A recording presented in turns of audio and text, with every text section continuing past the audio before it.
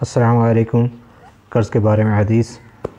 حضرت علی کرم اللہ تعالیٰ وجہ کے بارے میں مروی ہے کہ ان کے پاس ایک مکاتب آیا اور اس نے عرض کی، میں اپنے مال کتابت کی ادائیگی سے عاجز ہوں، آپ میری مدد فرمائیں۔ ارشاد فرمایا، کیا تمہیں وہ کلمات نہ سکھا دوں جو مجھے جناب رسول اللہ صلی اللہ علیہ وسلم نے سکھائے؟ اگر تم پر صریف پہاڑ کے برابر بھی قرض ہوگا تو اللہ تعالیٰ ادا کرا دیں گے۔ تم کہو، اللہم اکفنی بحلالک عن حرامک واغنی بفضلک عمن سواک۔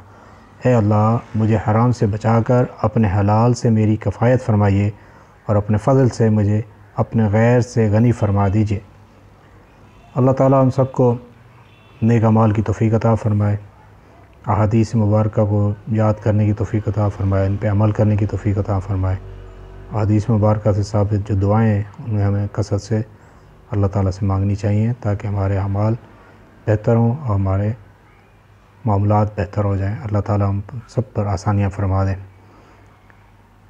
چینل کو لائک کر دیں، شیئر کر دیں اور سبسکرائب کر دیں تاکہ آئندہ آنے والی ویڈیوز آپ تک پہنچ سکیں۔